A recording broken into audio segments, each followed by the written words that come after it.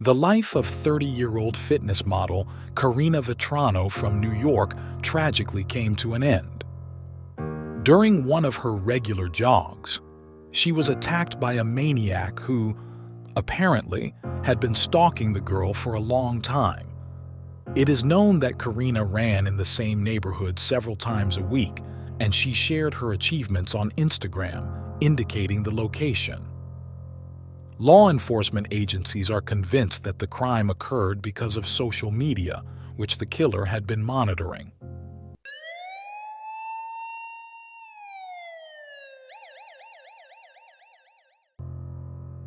Karina Ann Vetrano was born on July 12, 1986, in New York, to Philip and Kathy Vetrano.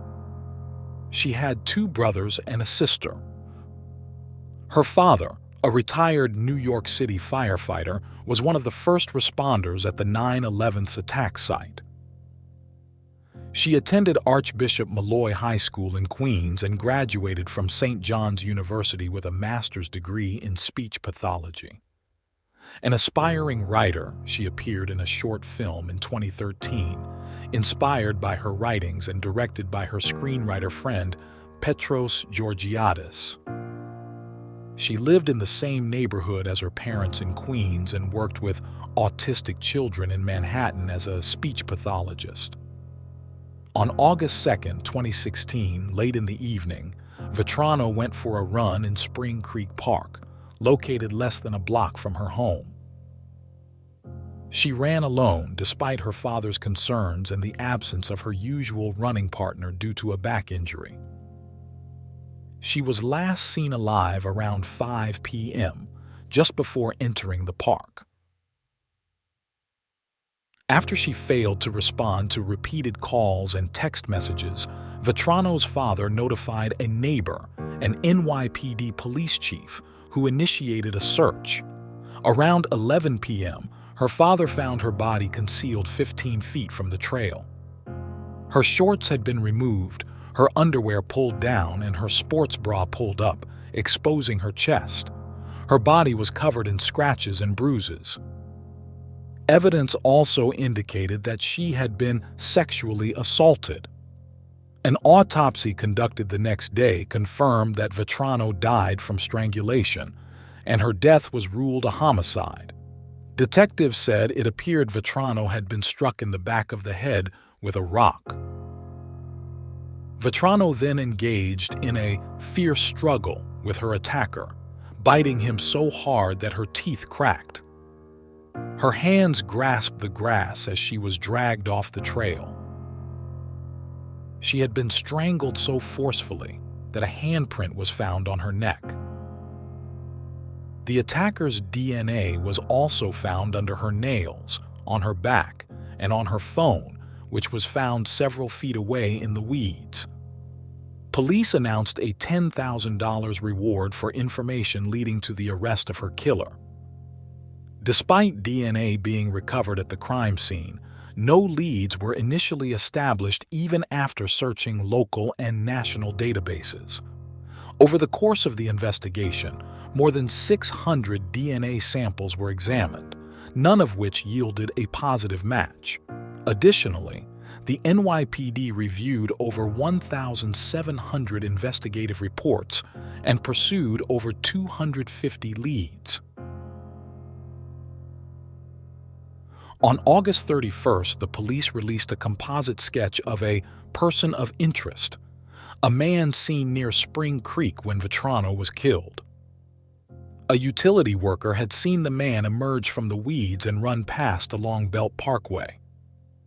On September 12th, the TV show Crime Watch Daily released home surveillance footage of Vetrano jogging near Spring Creek Park minutes before her death. It's the last known image of her alive. In December 2016, the FBI and the NYPD developed a suspicious profile of who might have killed Vetrano. Chanel Lewis was arrested 6 months after authorities matched his DNA with the victims. On February 4, 2017, the police announced that a suspect in Karina Vetrano's strangulation had been questioned and later added that Chanel R. Lewis, a 20-year-old black resident of Brooklyn, had been arrested and charged with second-degree murder. In the years leading up to the murder, Lewis had several run-ins with the police, including 3 summonses in 2013, 2 for violating rules in Spring Creek Park and 1 for urinating in public. Another incident occurred in May 2016 when a 911 caller reported a suspicious man with a crowbar in the backyards of several houses. A New York City police lieutenant living in Howard Beach also recalled him loitering in the area and peering into cars, and pursued him when Lewis's name and address were taken down by the police in an incident report. According to investigators, on August 2nd, Lewis left his home after arguing with his family and went to the park where he encountered Vetrano and then attacked her.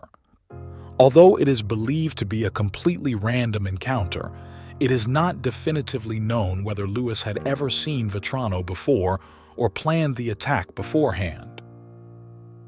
His mother recalled that when he returned home that night, he looked disheveled and his clothes were torn. Lewis claimed he was attacked by a group of men, although there was no evidence of such an attack, and a police report was never filed. The next day, on August 3rd, Lewis's father, a former school principal, took him to a local emergency room to treat scratches and cuts on Lewis's upper body. Hospital records confirmed that Lewis was treated by doctors the day after the murder and that he had also sustained a hand injury. Lewis's family continued to deny his involvement in the murder. His father claimed he only heard or read about Vetrano's death after his son was arrested for it. The first trial in the case of Karina Vetrano's murder began on November 5, 2018. Lewis pleaded not guilty to murder and sexual assault and faced 25 years or life in prison. 2 days later, jurors watched a video of Lewis's confession to the murder. On November 14th, forensic biologist Linda Razzano testified that Lewis's DNA had a 1 in 6 trillion chance of matching someone else's genetic profile.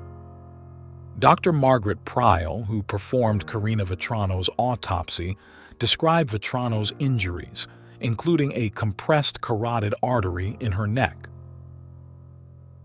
The next day, Deputy District Attorney Brad Leventhal asked Judge Michael Aloise to dismiss 9 of the charges against Chanel Lewis.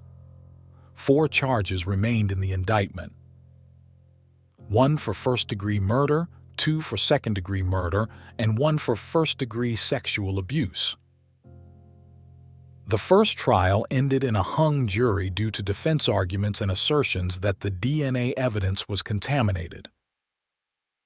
On November 21, 2018, a judge declared a mistrial and preliminarily scheduled a retrial for January 22, 2019.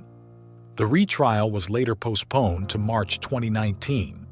At the retrial, Chanel Lewis was found guilty of 2 counts of second-degree murder, 1 count of first-degree murder, and 1 count of sexual abuse after 5 hours of deliberation on April 1, 2019.